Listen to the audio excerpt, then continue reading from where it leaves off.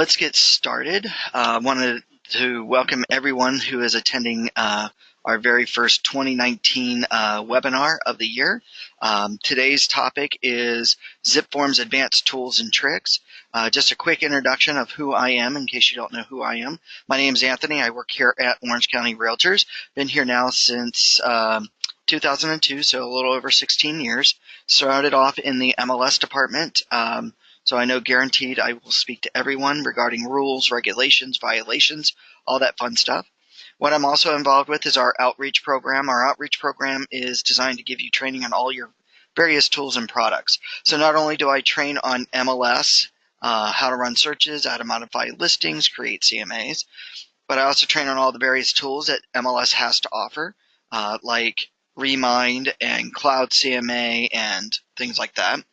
But I also give training on zipForms, which is our big topic today of zipForm's advanced tools. And I also train on the mobile tablet devices as well as all your third-party member benefit products. So we do have a webinar this afternoon going over your free Orange County Realtors member benefit to promote properties called REALA by creating property websites.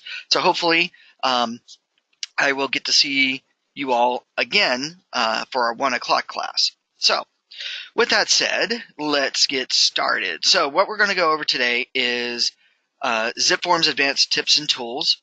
What we're going to go over are some things that I normally don't go over in a zipForms 101 class or a digital signing class. As a matter of fact, these are tools that have been around for a while that you may or may not be using or utilizing to the best of your ability. There were some advanced or some added tools recently that I think everybody attending today's webinar will love and take advantage of, especially when it comes to the purchase agreement contract.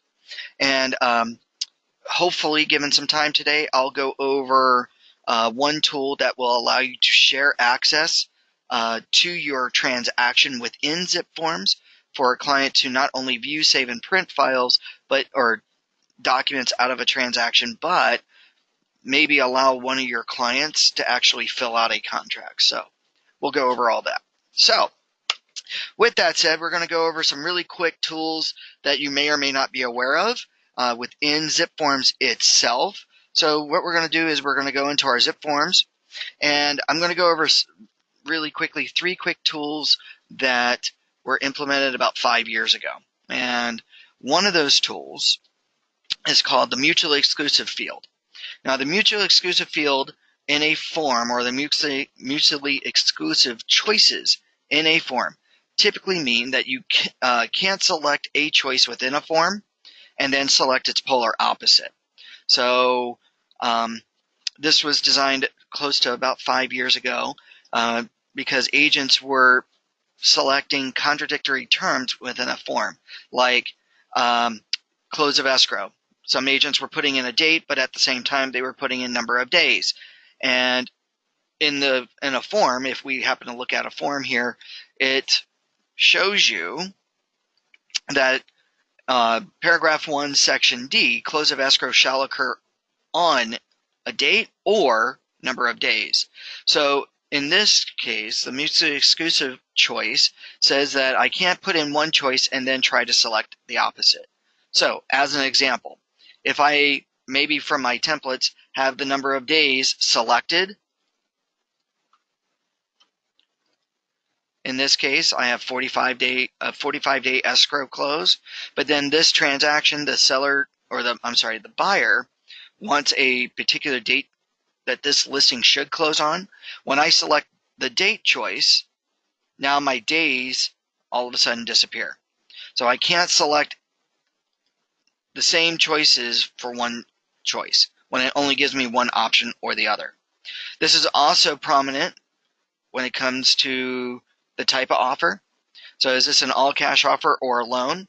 So if you'll notice real quickly, I've got some loan information typed in on this contract, but all of a sudden my client says, no, I want to offer this as an all-cash offer. When I select all cash, then all the loan information now disappears. So the mutually exclusive fields indicate that you cannot, or dictate that you cannot choose the exact polar opposite of a choice that you've already selected. So if you weren't aware of that, there you go. Hopefully we've learned something new today. Great. All right, the second feature that was implemented about 5 years ago was the auto-adding addendum. The auto-adding addendum just basically means that if I were to select a choice in a form, like here on the RPA, I select a choice here under the addendum and advisories, that if I were to select one of these, then the system will automatically upload that form into my transaction. So if we look at the My Form section right now, I just have the cover sheet and the RPA.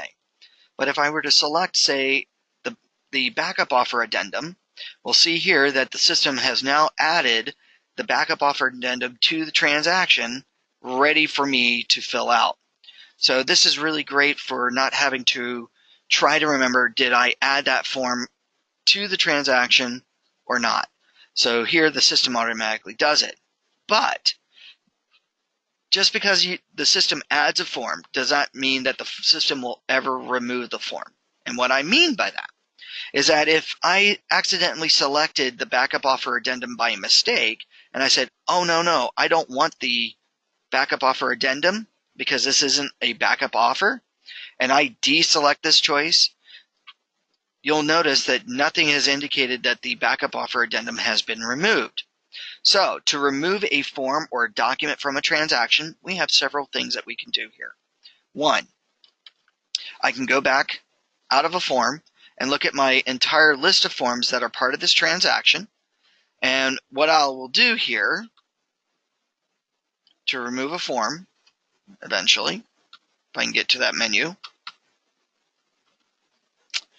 if I go into the More button here, and the reason why this is like this is because I'm too zoomed in. There we go.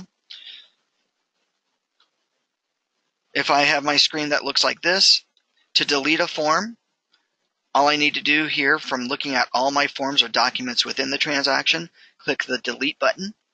Now I can select that form or that document.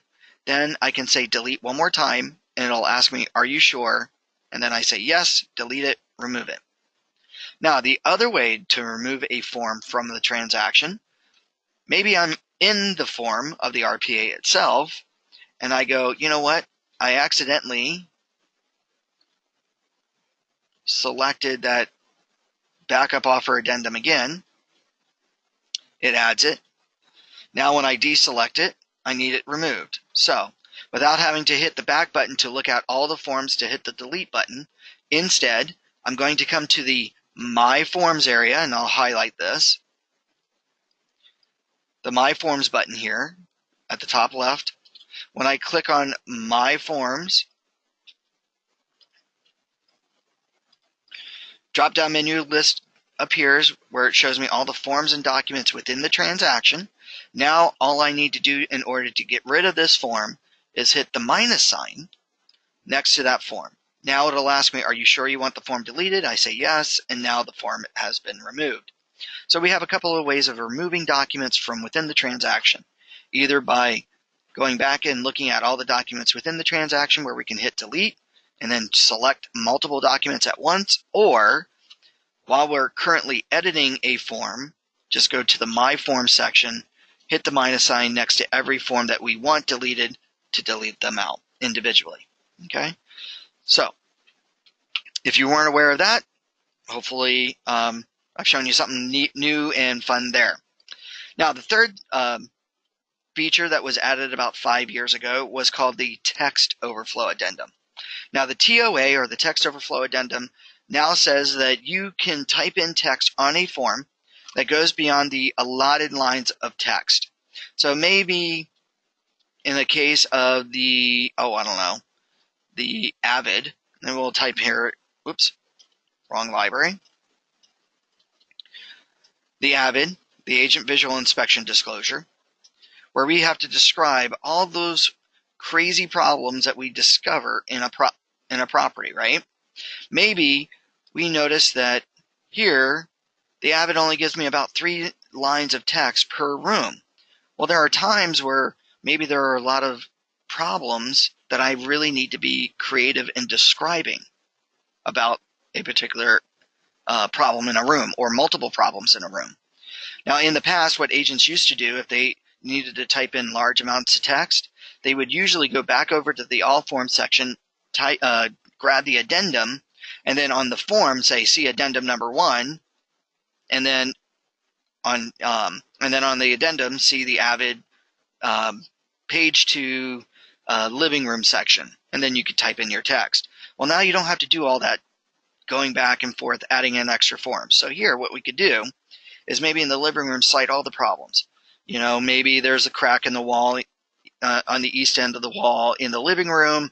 There's a stain on the floor, under the couch and around the couch, and the fireplace has a couple of bricks missing, and so on and so forth. And we can get really, really super descriptive about all the problems that we're finding in the living room. And here, if you notice, I'm just typing and typing and typing and typing text, just like so. Now, the moment I leave that line, you'll notice that only the first 3 lines appear, right? Well, where's the rest of the text? Well, now what will happen is when I send this document out for either e-signatures or I send this document out as a PDF to a client for them to print out, or I send it out for e-signatures, this text will now be automatically populated on the TOA, the text overflow addendum, after the last page of the contract. So here, if we preview this document as a PDF, this is what the client and you will see at time of signing. So we'll see here that now the living room says, see text overflow addendum CAR form TOA paragraph 1, right? Now we could do that for every room. Just keep typing in all the problems that we find about this property. Now all of a sudden we'll see here that the text overflow addendum automatically appears after page 3 of the Avid, or the Agent Visual Inspection Disclosure. And down below it says, number 1, Avid living room area, and then here's all those lines of text. Now the Avid, or the TOA, does have a lot of room for you to type in text. So now you as an agent can get super wordy in the areas that you need to get wordy on. Okay, you don't have to worry about limiting yourself. Now the TOA applies to every form. So you're not just limited to the Avid or forms like that. You can do this on the RPA, the RLA, the purchase agreement, the listing agreement. You could do this on the repair request if you wanted to, things like that. So now you as an agent can get very descriptive about what you need to be very descriptive about without having to necessarily manually yourself write in all these documents. So, was anybody aware of this? Anybody have any questions on this? Or the other 2 features we just demonstrated? No questions so far? Am I going too fast for anybody?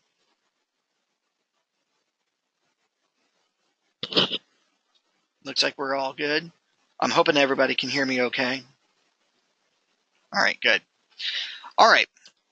So, so far we've gone over the mutually exclusive fields, the auto adding addendum, and the text overflow addendum.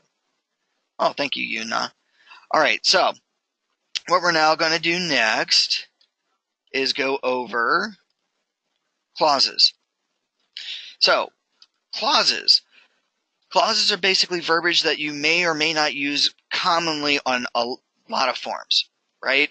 What I use, or verbiage that you may or may not use commonly. And what I mean by that is that maybe there's a particular form that you don't use all that often. Maybe you're used to doing normal purchases for a buyer and seller, but one day you come across a probate situation where you need to use the probate purchase agreement. And your broker has advised you that if you ever use that particular form, you should say certain words on that form in order to make sure that everybody's covered, right? Or on the listing side. What you now can do is take that verbiage that the broker has instructed you to say on those particular obscure forms and save them into clauses. That way, for whatever reason, maybe 1,000 transactions later, if you ever come across that same scenario where you need to grab that same form again, instead of trying to hunt and peck through 1,000 different transactions to see what you said on that one form, you can now just from your clauses section, import that information or that verbiage directly onto a contract. So it's really nice to be able to populate large amounts of text quickly and easily on forms. Okay, so to make a clause in zipForms, be at your Transactions tab, where you get to view all of your transactions. Now, from here, to access your clauses, or to create clauses, or to edit them, or whatever, you're going to go over to the TXN tools, and I'm going to highlight that so everybody can see. The TXN tools stands for Transaction Tools. Now, your Transaction Tools, if you click,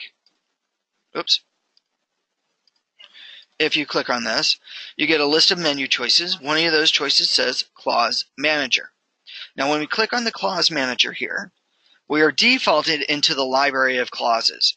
Now, the library of clauses only appears here if we have the broker edition or access to the broker edition of zipForms, whereby our broker has purchased zipForms for the office, and the broker themselves, or office manager, has created verbiage or clauses for the entire office to use. Now, most of us who are attending today probably aren't using the broker edition of zipForms, so this is where you're going to need to click on where it says Personal Clauses. Now, your personal clauses are the clauses that you, as the agent, use for your various different forms, right? Here will be a list of all your clauses that you will be creating. Now, if you've never created one, very easy to create a clause. Simply come over towards the top middle and click on where it says New Clause. When we click on New Clause, we now need to select a category. Well, if we've never created one before, we don't have a category, right? So there are two categories that I think that you will end up creating. And how you create one, simply click in the box and type the category. So in this case, maybe I want to create a seller's clause. Now, below that, we're going to title the clause. So maybe I title this clause Choice. Now, under the text, I'm going to say Seller's Choice of Escrow Services, as an example. And then we're going to hit save. Now, now maybe I want to make a buyer's clause, right? So now I can come back over to New Clauses. Now I can select a seller, but now, wait a minute, I want to make another category for a buyer. Click back in the box that says category, and now we can type in buyer. Under our buyer, clause, choice, right? Because we can have, whatever title we want, and now I'm going to type in the text, buyer's choice of escrow services, and then hit save. So what I do here is I go through and I create my clauses, right? So maybe in certain cases, depending on your buyers or sellers or your tenants or your landlords, you got to put in certain verbiage, right? Or the obscure verbiage that you might not use all that often. Like maybe here, seller, clause title, probate, and then here under the text, whatever your broker has instructed you to say on a probate form for the seller, right? Or even better yet, maybe my broker has told me counter language that I should say on forms in certain situations. So now maybe for my buyer, on their buyer counter offer, maybe the buyer, I've got this, buyer to counter with lowest and best offer.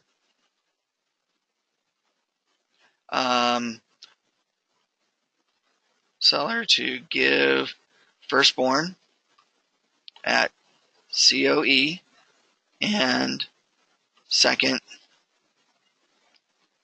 child 1 year later. There we go. How's that? On anniversary of closing. There we go.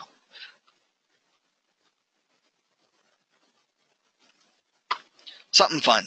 But maybe you take you put whatever the language is that your broker has. So let's take out all that extra fun stuff here and say buyer to counter with lowest and best offer. And then of course, seller to repair any and all damages to property, this, that, and the other, right? Maybe, what is it, section 1, blah, blah, blah, blah, blah, blah, right? However you need to type that up. So now, once you've made all your clauses for your various situations, now we are able to apply a clause or clauses to a document. So how do we apply a clause to a form? Very easy. We go into our transaction, we go into a form. Now, depending on the form that you need that clause for, simply, where you need to add the clause, click on the line to be able to type in text, right? So you get your cursor to blank. Now, once you click here, instead of you typing that language you're trying to remember, you'll notice that there is a pencil icon, and let me see if I can zoom in here to show you. A pencil icon here right above the line. The pencil icon indicates it, or is an indicator called the insert. So here what I'm asking, or what I could do is I can insert information on this line. If I click on the insert or pencil icon, right here, and I'm going to highlight it, is my clause icon. So what I'm asking the system to do is to insert a clause. So now when I click on the clause icon, I now can reference what clause or clauses from which category I want to put in. So maybe in this case, this particular document, I put in the buyer and then the not counter language, but the choice. And now down below, I'm going to hit insert. Now we've just inserted the buyer's clause right on this form. Okay, so just to show that again, click on the line, get my cursor to blank, come over to the pencil icon, click on the clause icon. Now I select the category where I want to grab the clause from. Now I select which clause I want to grab, and then I'm going to say insert. Now we've just inserted lines of text. So this is a great and easy way of being able to put in verbiage on certain forms that you might not be using all that often, or certain forms that you do use fairly often, but your broker said, if you ever use this form for this situation, you should say this. Now you can populate in that text. Are there any questions on this?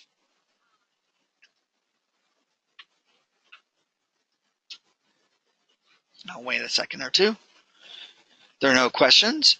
Now, before we go on, one other nice thing about this insert, you'll notice that when I typed in the information in my clause, or even the information manually on a form, maybe there are certain times where I need to change the casing, right? And I know how most agents are. They'll go, oh gosh, I didn't mean to, type something lowercase or what have you.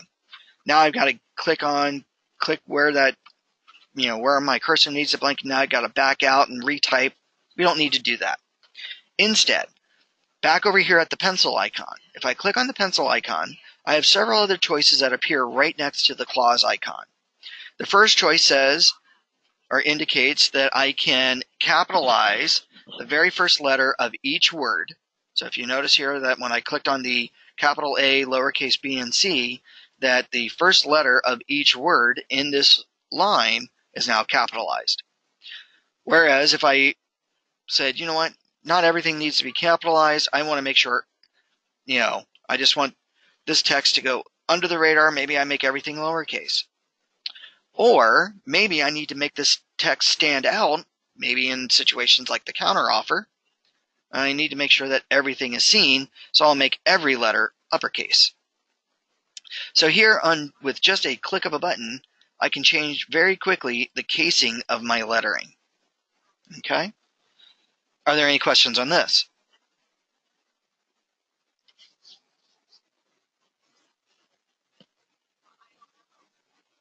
Okay? And 1 second, please.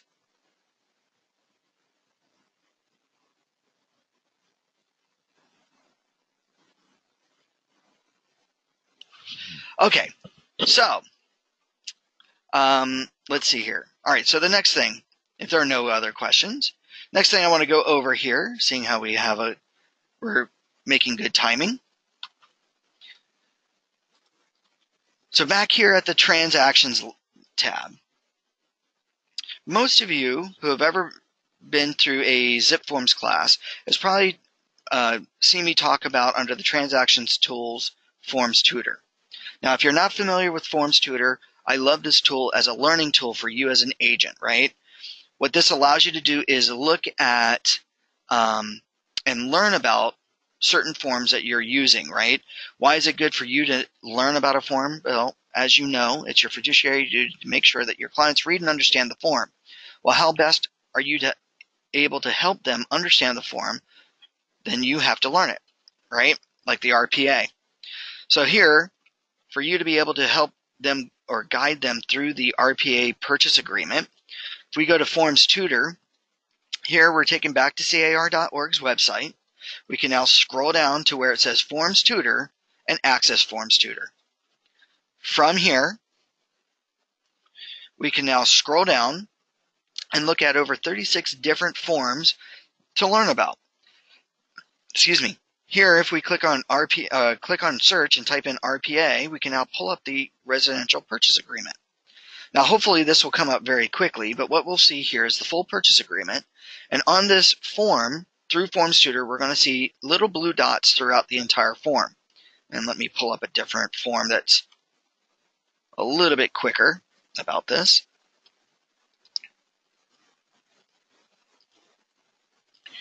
So, as an example, we see these little blue dots throughout the entire form. Now, depending on the form, you'll see these little blue dots through every page, every line, every paragraph. Now, in my zipForms 101 class, when I explain this tool, when we click on a blue dot, we get a nice little written explanation of that line, of that paragraph, of that page. So here's a nice little legal explanation of that line.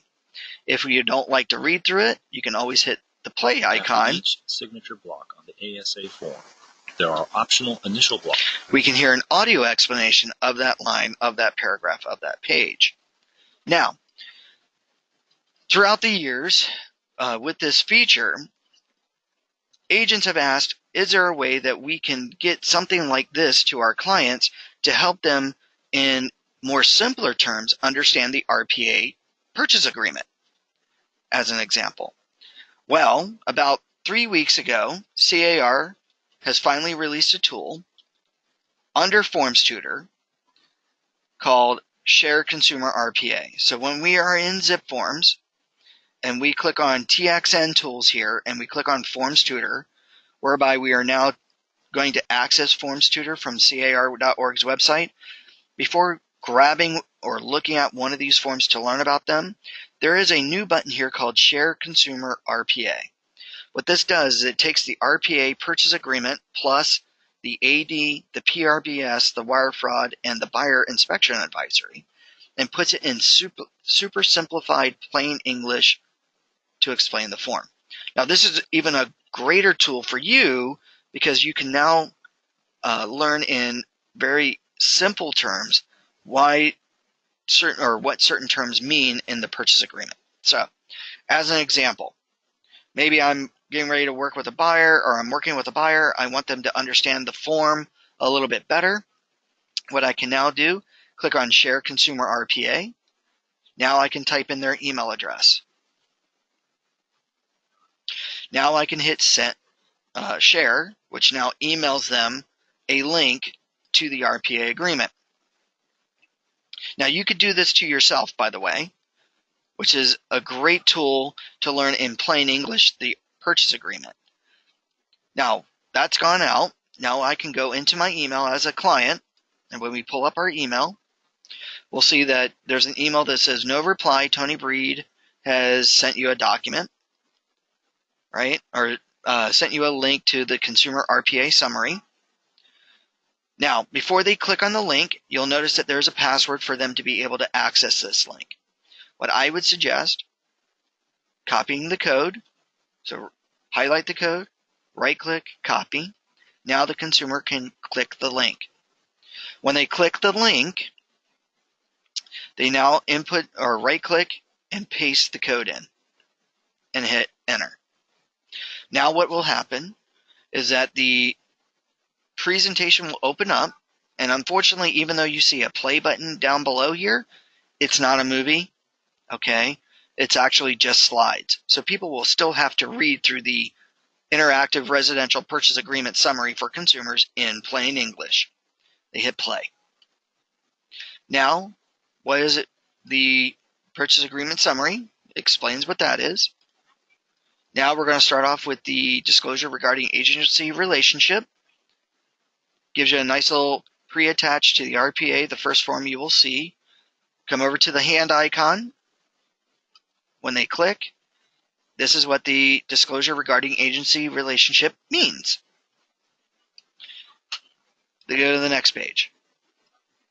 Possible representation of more than one buyer and seller. Very simplified, plain English, what the PRBS means. They go next, right into the wire fraud. Now we're going into the RPA, so now we're starting with the title, and now we're going to go through line by line of the entire purchase agreement. So now a consumer can read through this, or you as an agent can read through this to help your consumer or your client be better explained or go over the RPA in better terms, okay? So I think this is a really helpful tool in that sense.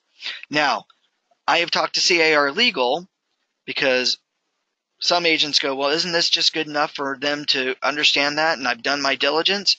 No. You as an agent are still obligated per your code of ethics and your due diligence to make sure that they still go over the contract, but this is just meant to help them understand the contract a little bit better and to help you as the agent explain the contracts a little bit easier. Now, they are currently working on the RLA, the residential listing agreement side. So this was a nice surprise that they came up with. So I'm hoping that in the next month or two, that they'll have a share consumer RLA for the seller. So anybody like this tool? Or anybody aware of this tool?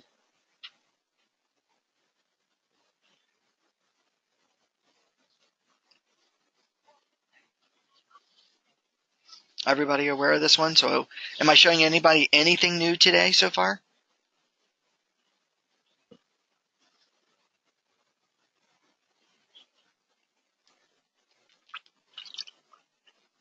No? Okay. All right. Well, hopefully you like this tool and that you'll get to use it a little bit, or actually a lot for your buyers. Hopefully they'll have something soon for the sellers to go over. When it comes to Forms Tutor, CAR has informed me that Forms Tutor is being updated to have even more forms here. So instead of just 36 forms, they will actually have more, and they'll even have the updated versions of the RPA and the RLA here. For you to be able to learn those contracts even better for you. So just to give you a heads up, this may be going down for a short period of time, hopefully very soon. Having the ability to send out. Oh, thank you, Bill. I'm glad that you like that. Yeah, I think it's a great tool as well. That Consumer RPA tool here to be able to send that out to your buyer, even to a seller to understand what type of things to look at when they review the offers that are being given to them, to consider like what it is that they're looking at. And that also helps them understand their timelines and things like that to hold their buyer to, if that makes sense. So I think that's a really great tool. Good. Thank you, Mark. All right. So let's go over a couple of extra cool tools here because we've got some time here. Next tool that we'll go over in zipForms. Making transactions. Some of you who have been through a zipForms 101 class with me, you've heard me talk about the tool called Mls Connect. Now, if you're not familiar with Mls Connect is a free member benefit tool that allows you, the agent, if you're representing a buyer or a tenant, to import MLS listing data directly onto your contracts. So again, this is a great tool if you're representing a buyer or a tenant, because now when we create a new transaction for an offer, as an example, and we put in the property address or our client's name or whatever, now we have a button over here that says Mls Connect over here to the right-hand side. So I know the property that my client's making an offer on. Instead of me leaving zipForms to go back into the MLS or look at the printout, instead I can just simply click on Mls Connect. It references our MLS system. I select the correct list type for the property that we're making the offer on.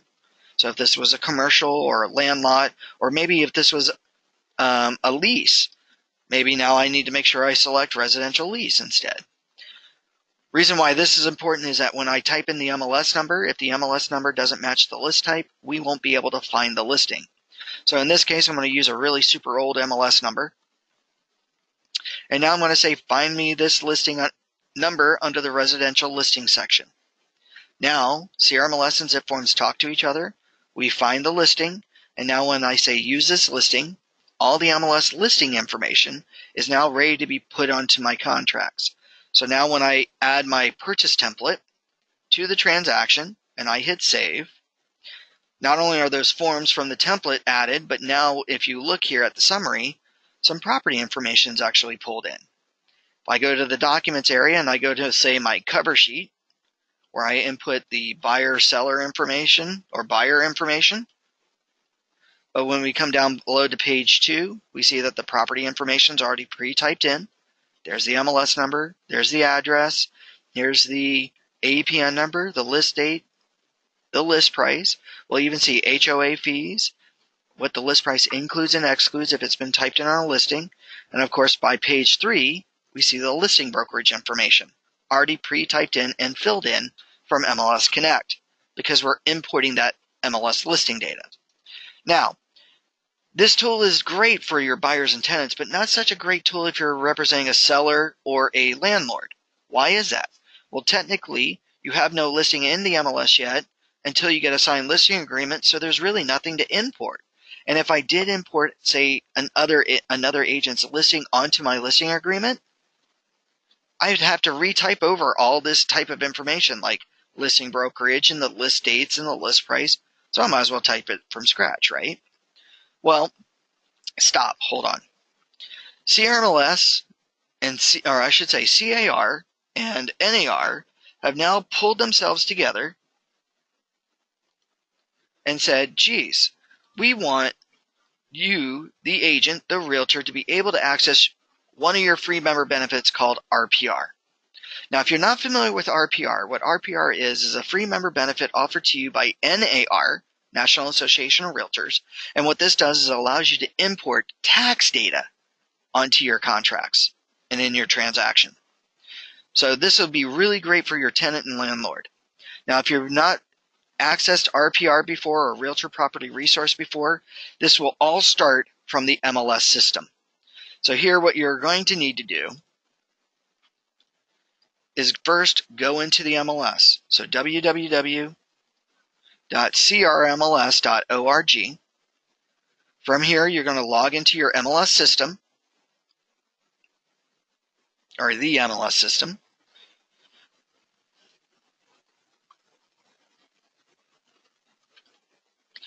Once you log into the MLS system,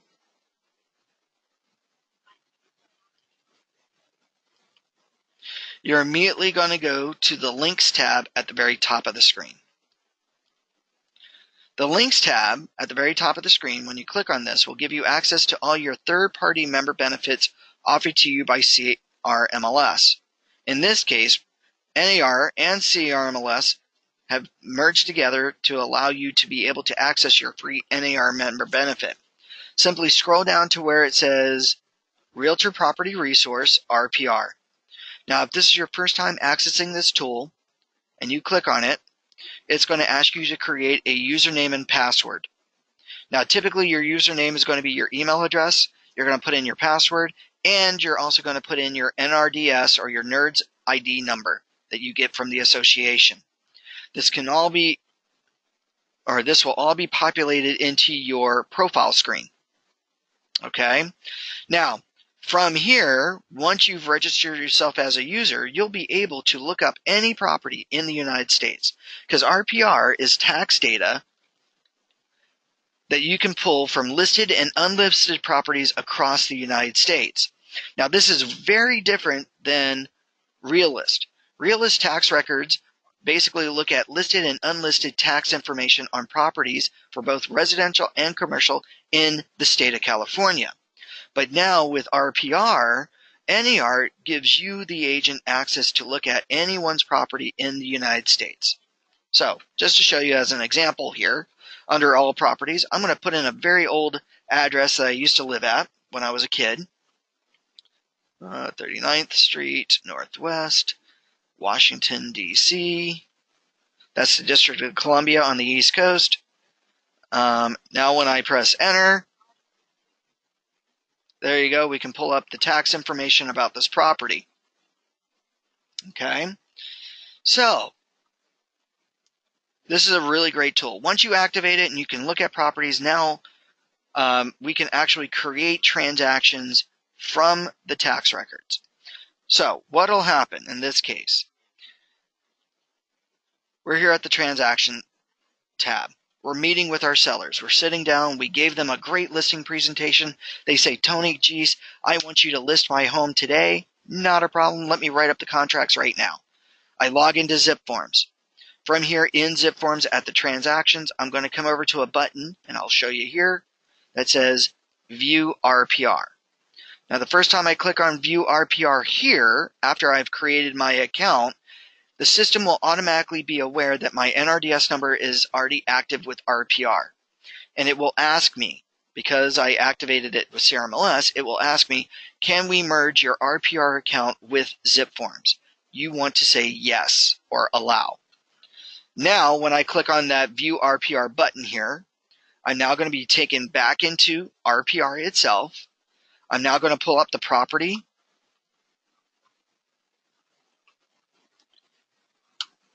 that I'm sitting down with the seller at. Once I pull up the property, I'm now going to scroll down here on the summary, and I'm going to look for this button right here called zipForm Transaction or Transactions. Because they want me to list the property with them, I'm now going to click on this button. I'm now going to be asked to start a new transaction in zipForms, which I'm going to now click.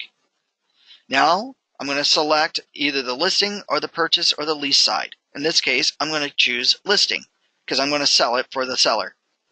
Now when I say OK, the tax data information is now being created in a transaction within my zipForms account, so that now when I add in forms, the tax data information will be filled in. So this is what you're going to see. I'm going to go back into zipForms. I'm going to refresh my transaction list by clicking on transactions. I see that the 6 Clearwater in Irvine has already been created for me. So now when I click in here, maybe I have a listing template that I would like to apply to this transaction. So when I go into the transaction at the summary, I'm going to scroll down on the summary, and now I'm going to click on Apply a Template. From here, I'm going to select my listing template.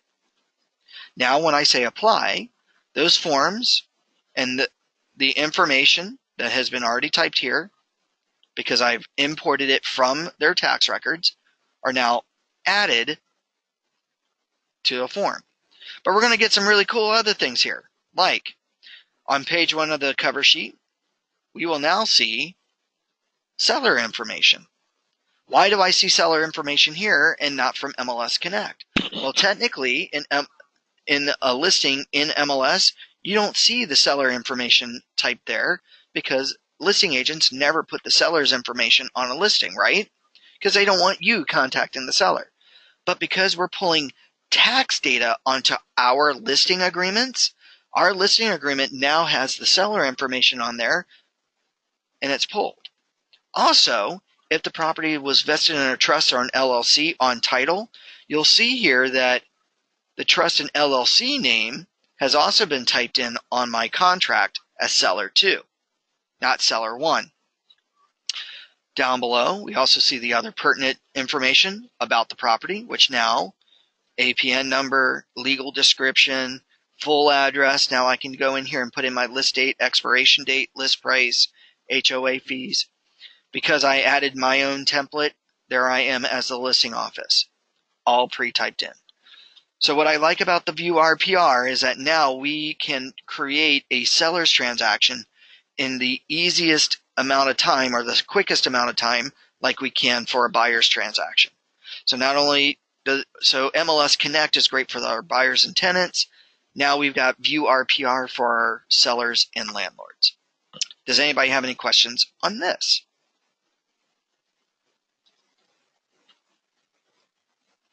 Does that look like a fun tool? Now I will tell you that later this year, I will have a webinar or a pre-recorded webinar on how to use RPR. So if you're not familiar with using all the cool tools that RPR has in it, like creating CMAs and school reports and all this other fun stuff, I will have a webinar on that as well. So if you're not familiar with it, hold tight. We will have something like that for you. If you are familiar with it, now you're probably super ecstatic that now you can create a seller's transaction in less than 5 minutes by pulling their tax data onto the forms. And in certain situations like that trust or LLC, if I happen to see that the property is vested in that, I know that right away I'll have to start adding in other forms to see if that person is allowed to sign for that trust or LLC. Okay. Let's see. Again, how did we get the button to pull info off the MLS? Oh, so Mark, what you would do is when you create a new transaction for a buyer, so new purchase offer, the button for MLS Connect is right here to the top right side underneath the name of the transaction. So here you're going to click on MLS Connect there. Now, if you forget to click on MLS Connect there, don't worry. There's another place that you can pull in MLS data onto your forms, and that is after you create a transaction, be in the transaction itself, go to your documents area, and now you have a green button over to the towards the left that says MLS Connect here. So now you can pull in MLS data even after you created the transaction. So if you forgot to do it in one place, you can do it in a totally different other place. Does that help? Got it. Thanks. Great, Mark. All right. So we've got about 10 more minutes. So we'll go over one last thing here, and that is the share button. Now, the share button is great. Some of you have probably heard me talk about it in the past, in past classes, whereby maybe, or the way I used to explain this form is that after you've gotten signed contracts, and you need to get those various different contracts to various different people, right? But instead of having to create multiple different emails where you have to put multiple different attachments in an email, and heaven forbid the email is too large, we have a button in zipForms called Share. What the Share button does in this case is if I click Share, I can add a person, maybe from my transaction itself, or maybe it's the agent on the other side, or my TC, or my assistant. And what I can now do, put in their name, put in their email address under the share. Maybe I select their role as title. And then here, when I hit done, I can give them a time frame to access the document, to view, save, and print. Once I do that and I go next, I now pick those PDF files for the client or for that person.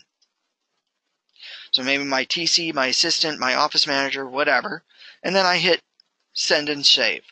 Now instead of maybe multiple different attachments, and actually let's Besides that one, we go back.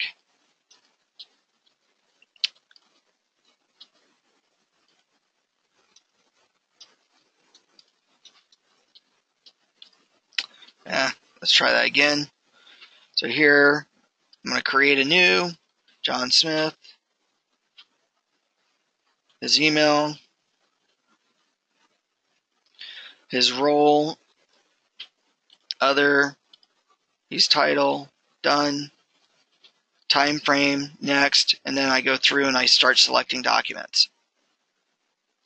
Maybe I select these documents, and then let's see here, let's go back, and I select another set of documents. So here we've got about 6 different documents that we can now pick and choose, and then when I hit send and save, John Smith will get an email link for him to click on to be able to view the files on his computer, print them out on his printer, or save a copy onto his computer. Okay? Now, that's the old way, and actually still the current way of being able to share documents back and forth. But maybe there are certain situations and certain circumstances whereby there are certain forms that I need my client to fill out. Like as an example, the TDS. Here we have a TDS form, and you'll notice that on the TDS form, this form has to be filled out by a seller. Now the seller is the only person to be able to fill this out. Seller 1, seller 2, whatever. Now typically you as an agent would do one of two things. One, you'd either email this as a PDF to the client for them to print out, fill out, scan, and send it back to you. Now you've got a blurry copy of their chicken scratch, right, that you have to decipher, right? Or two, you e-signed or sent this document out for e-sign to seller 1 and seller 2, whereby seller 1 had the capability of filling out the entire form at the time that they signed and initialed it. Problem with that was that some of you were complaining, or some of you had discovered, not complaining, but discovered that the seller 1 was filling out the form incorrectly. Like maybe they didn't indicate that the property had an oven and a microwave, or it had a carport, or they were writing in not applicable under the water heater. And they get hot water in the house, but they weren't disclosing it. And you had to resend it back out to them again for signatures. Well, now what we can do is, instead of sending it out for e-signatures where we hope that they fill it out correctly, right, to discover that they didn't and then resend it again for them to fill out, instead what we can now do is use the share button and give the seller the capability of filling out the form first, which now we can review it before sending it. So this will be a live time edit that we can give the seller, and we don't have to just give seller 1 the capability of editing this form. So here, what I'm going to do real quickly, I'm going to type in my seller's information. So here we're going to take out the real person here, and we're going to put in my seller. And put in her email address, and I'm going to put in seller 2's and put in his email address. Okay, we're going to save it. So now, in this case, the listing agent, or me being the listing agent, I need them to fill out the TDS form. And by the way, you could do this also with the SPQ. So now what I'm going to do is I'm going to come over to the share button. I'm now going to click on the blue icon to activate the share, who I want to share the document with. Now, it defaults to the parties that are typed in on the contract. So if you'll notice here, me as the listing agent, and now we've got Sam Bear and Winnie Bear. So in this case, I'm going to pick Winnie first. And if I don't want to pick Wendy, that's fine. I want Sam to fill out this form. Now I hit done. Again, I can choose a time frame. Now it defaults to a month, but maybe you don't want Sam to take a whole month to fill out the TDS. Click on the calendar, and maybe I tell Sam he's got to complete this editing this document by Sunday night. And by the way, here on my list, choose edit the form. So now what I'm doing is I'm giving Sam Bear the capability of editing a document. Now, Sam can't edit PDF files. So what I'm doing is I'm giving Sam access to the actual zipForms form for them to edit. So when I hit next here, I'm not going to choose the listing agreement because I don't want Sam editing this, but I want to choose the TDS or transfer disclosure statement. Now I can hit send and save. Now Sam has been sent an invitation to edit this document. So we've sent it off to Sam. 30 seconds, Sam gets a link. At this point, Sam will go and get his email. Oops. When he goes into his email, Tony Bried, that's me, has sent Sam a document to collaborate or edit. So Sam goes through here, looks at this. Tony has sent you a document for this address for you to view the document. Click View Documents. When Sam clicks on View the Document, very first time Sam does something like this, Sam needs to create an account. Now you'll notice here when I hit Create an Account, zipForm says, would you like to create it using Facebook or using your Google account? I personally do not recommend this. If you've been in the computer world for any point of time, and you probably have heard everybody talk about tracking and who tracks what and where things go, Facebook tracks everything that people are doing on Facebook. They track where they're going, what they're posting, what they're saying, things like that, right? Google is doing the same thing. Now, the reason why I do not recommend creating your account with Facebook or Google and that your client should create their own account is that why let Facebook know what forms they're filling out for their home and maybe what they're actually typing in on those forms. And the same with Google. So what I would definitely not recommend, do not let your clients create their accounts using Facebook or with Google. Just less tracking these type of entities have on an individual about their property. Just so you know. Down below, we've got Sam's name already pre-typed in. The system has already selected his role based on what's on the contract. They've actually gone out of their way to actually give him a username. Now all Sam needs to do is create a password.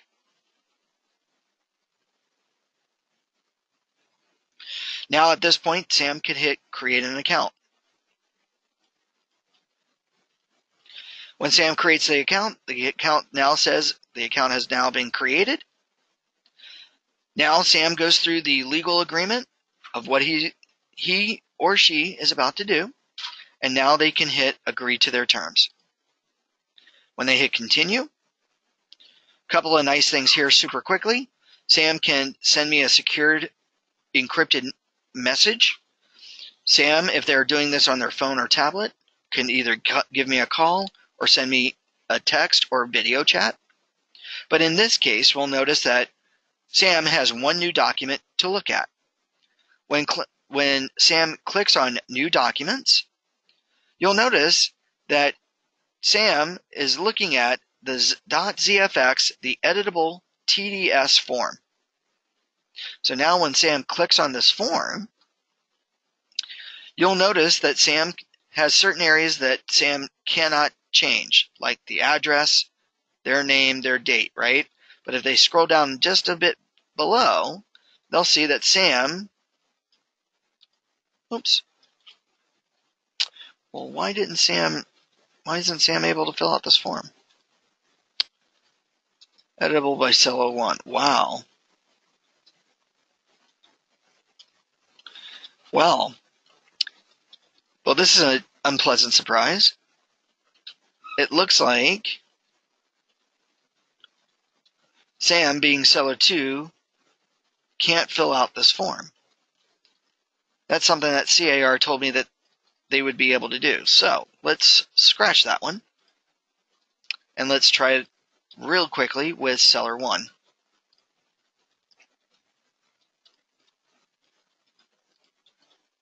So here we'll select Seller 1. Whoops.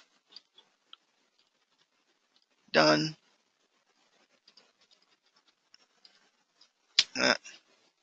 close.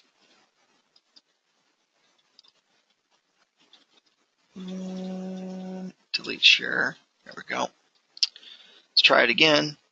So Winnie, done. Turn it on. Next. Select the TDS. Send and save. Send. So now, click on that box again. There's Winnie. View documents. Of course, this would happen the one time that I want to try out Seller 2. So let's see here. We'll create a password. Confirm. Continue. And we have a question here.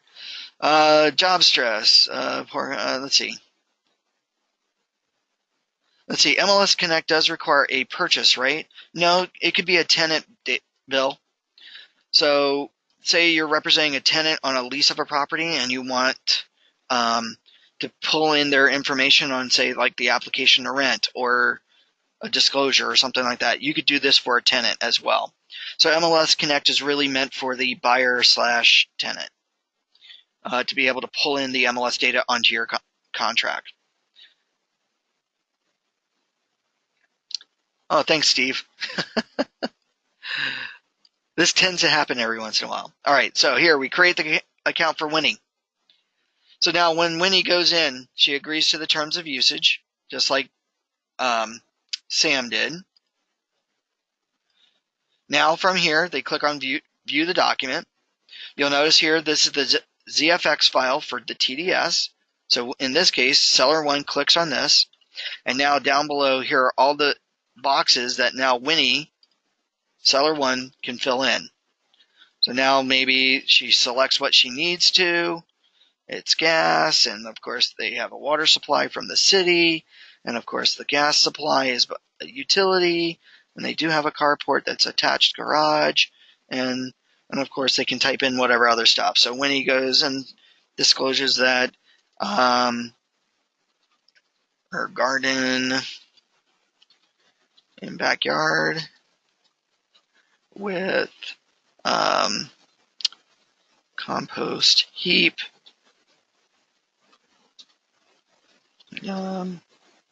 for fertilizer. You know, whatever they need to type in on these forms, right? Now, Wendy is not able to sign it at this point in time, right? But now, most importantly, she fills in what she can, what she knows about the home that she lives in, her and Sam. At this point, she hits save. Now, the moment she hits save, I, as the agent, will be sent a push notification, hopefully within the next 5 minutes, indicated here by this little bell. Now, when I go back into my transactions and I pull up that transaction, now what we'll see here is that Winnie live time edited that TDS. So when I go back to documents, and because she saved it, and she calls me up, hey Tony, I just finished editing the TDS form. I can now pull it up, and I see all of Wendy's edits right here within zipForms. Now I can peruse through this. I look at it, and I see what she's done. Maybe I go, well, Wendy, you forgot to fill out section C on page 2. Can you go through that real quick and indicate if you're aware of any of these problems, yes or no? She can then go back in to the form on her end, and now she can go back through and say, oh yeah, you're right, I forgot to do that.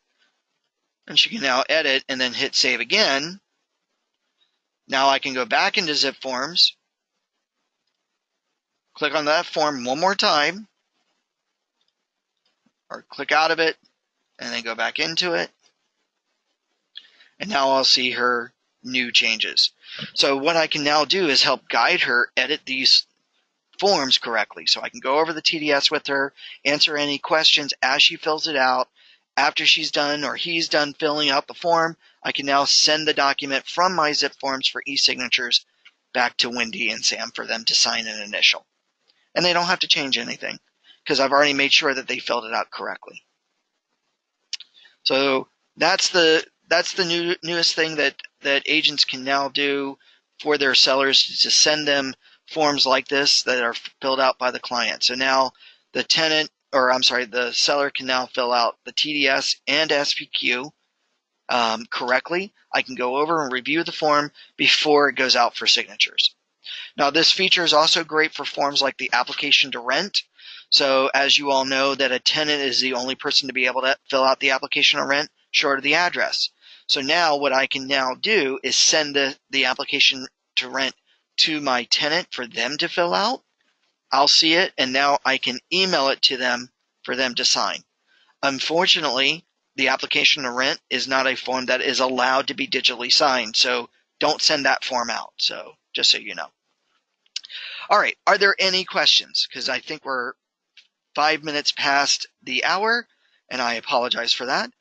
So are there any questions on any of the tools or tips that I showed you today?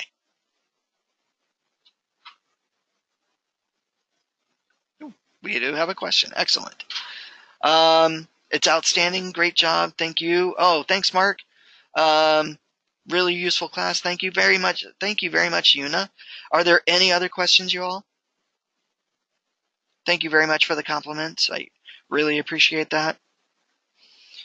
So as I had mentioned earlier, we are recording today's webinar. So if we did go over something too quickly or too fast, be sure, just know that by tomorrow you will have a copy of this in your email for you to click on and view. Beautiful thing about a webinar, you can watch this a million times as you want. Also, I will be uploading this webinar today to my YouTube channel. If you've never been to YouTube, just simply go to youtube.com, then do a search for my name. My name is Tony Bried on YouTube. That's my channel. Then you can click on my name, and then you'll be able to access all of my recorded webinars. Here you'll see I have the zipForms 101 webinar. I also have a digital signing webinar, but then as our newest webinar will be this class called zipForms Advanced Tips and Tricks. So are there any other questions?